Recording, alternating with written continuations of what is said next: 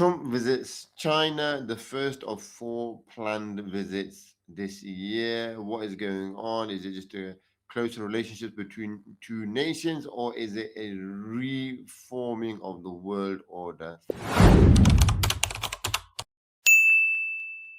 Assalamu alaikum and welcome. This is the only way up. When two countries meet, it's no big deal. When these two countries meet and they have nearly half, if not more than half, of the global economy, have the biggest armies in the world combined, have the biggest tech companies in the world, then it's a big deal. What is going on with the meetings between Trump and China? Yes, welcome, Shani. Hope you're well, inshallah. So, this meeting, there was quite a lot on the laundry list to discuss. You got AI, you've got trade, you've got tariffs, you had Taiwan, you had Iran. Quite a lot of issues were on the table to discuss. Trump was only there for 2 days, so it was always going to be a struggle to really come out with some formal agreement or formal deals. Trump took all the major CEOs with him as well to show he means business. I think what's interesting is most of the issues that need to be discussed are problems of America's own creation. The trade war, the tariffs, the issues with rare earth elements. The problem was created by America by imposing tariffs on the world, and China responded with putting counter tariffs on, and that's created a bit of a problem. So that's why they need to now sit down and try and work their way through this, and both of them try and get their interests. So what the fact that America needs to sit down with China means China isn't some banana republic.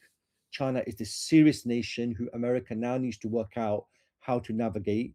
Like America has some cards, China also has some cards as well. So this isn't Venezuela. This isn't some banana republic where America shouts and they do whatever you want them to do. This is China.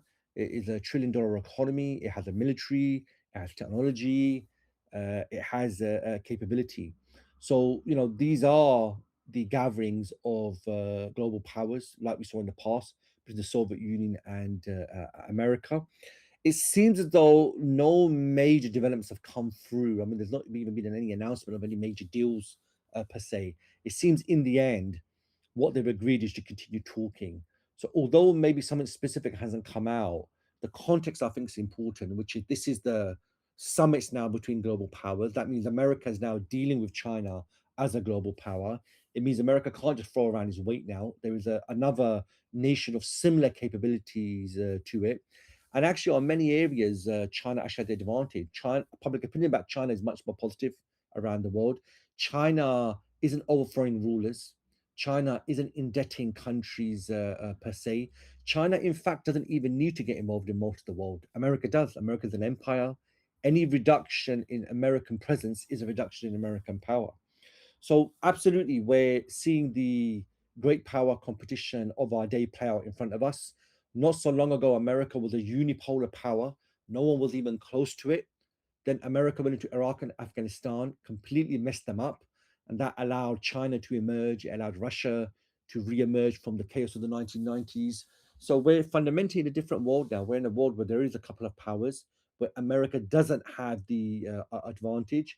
And even it seems now, even American allies aren't really interested in being on the American side. You've seen the Europeans now, they're coming out with different plans for Iran, even requests by Trump for aid in terms of military presence in the region, in the Middle East. They're not really up for it. So a new world is really emerging, and it's one where the West doesn't really have the advantage. For the last 500 years, the global powers have been Western.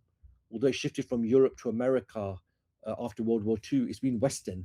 And now we can clearly see the rise of the East. And who knows, potentially we may see global power transfer from the West to the East in our lifetimes.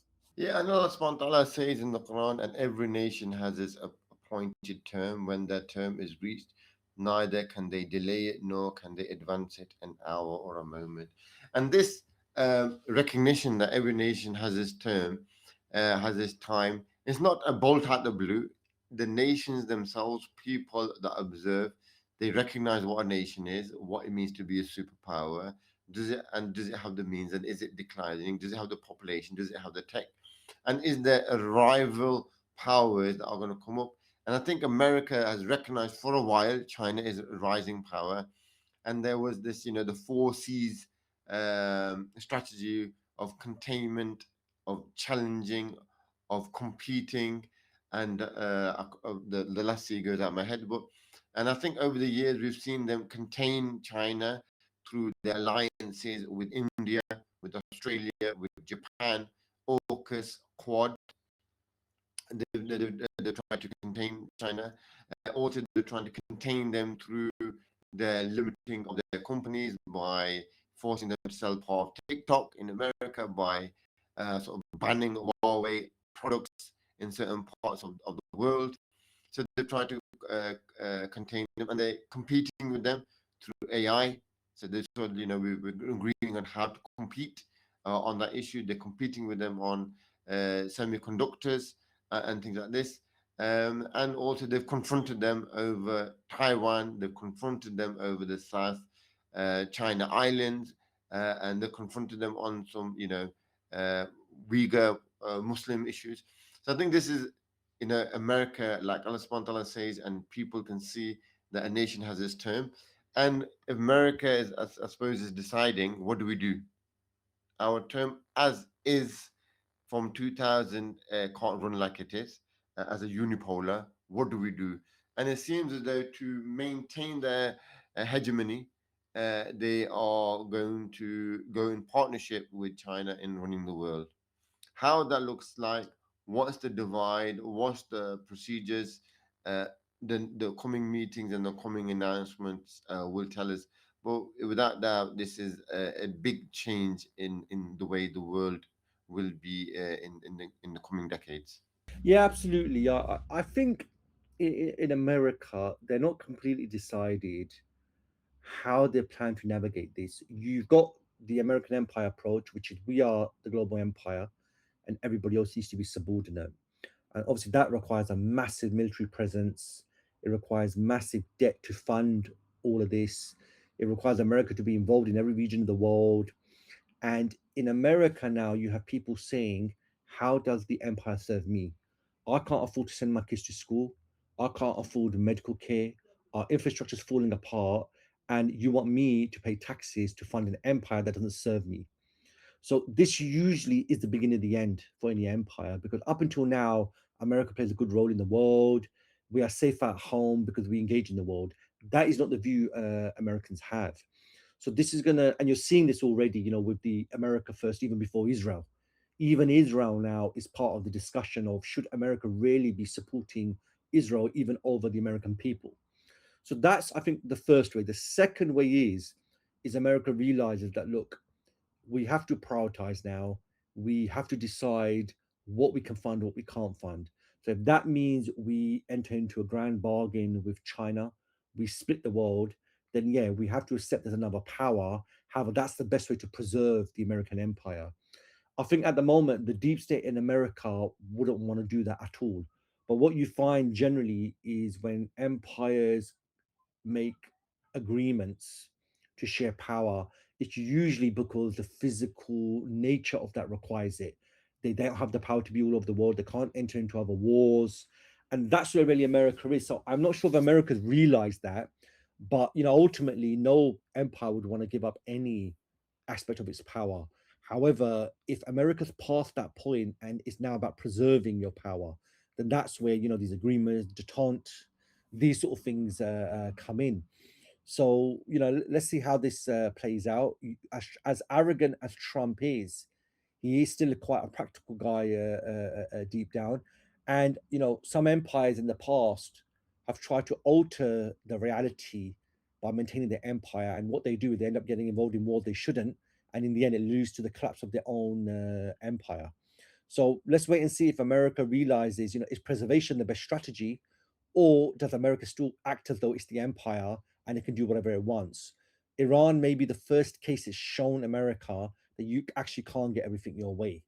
They may learn the long lesson from this. It could possibly be the wrong lesson, where they just think if we had sent our military in numbers, the outcome could have been different. So we'll have to wait and see. But definitely, America's actions now could actually lead to the end of its empire, or if they get it right and they're strategic, it could actually lead to the preservation of the empire. Yeah, and I think as naturally as the world is being reordered by the superpower of the day, the other nations will be affected, and how will they fit in particular Europe and the Muslim world. And Europe, now it's a different world than when America took the helm as a superpower. They've lost virtually all of their empire. Even like as an example, the Commonwealth Games, I think that this year, where they were originally supposed to be held, they cancelled there. Now they're having a slimmed down version of that in Glasgow. Many of the countries are deciding whether they should have Charles as the head of state. So the empire is gone to that level where they're debating even the ceremonial figures should they have even a say. And actually, they are small nations with small aging populations, uh, a lot of wealth, no big companies.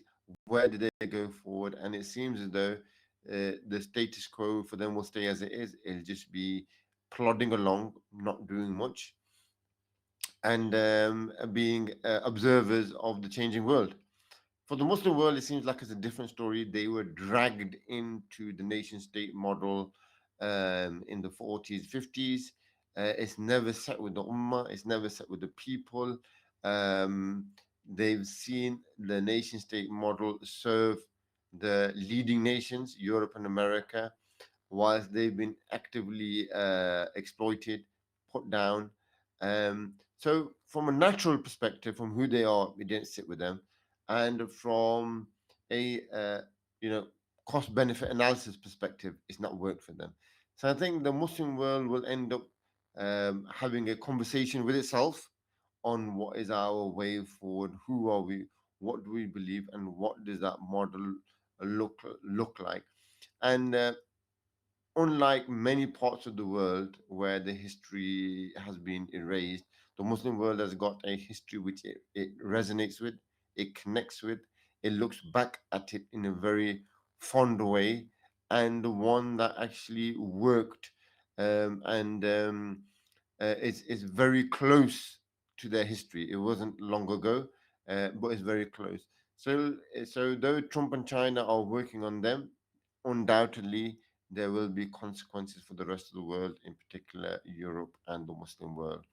So yeah, let us know what you think. Add your comments, send us a message. Jazakallah khair for listening, and assalamu alaikum wa rahmatullahi wa barakatuh.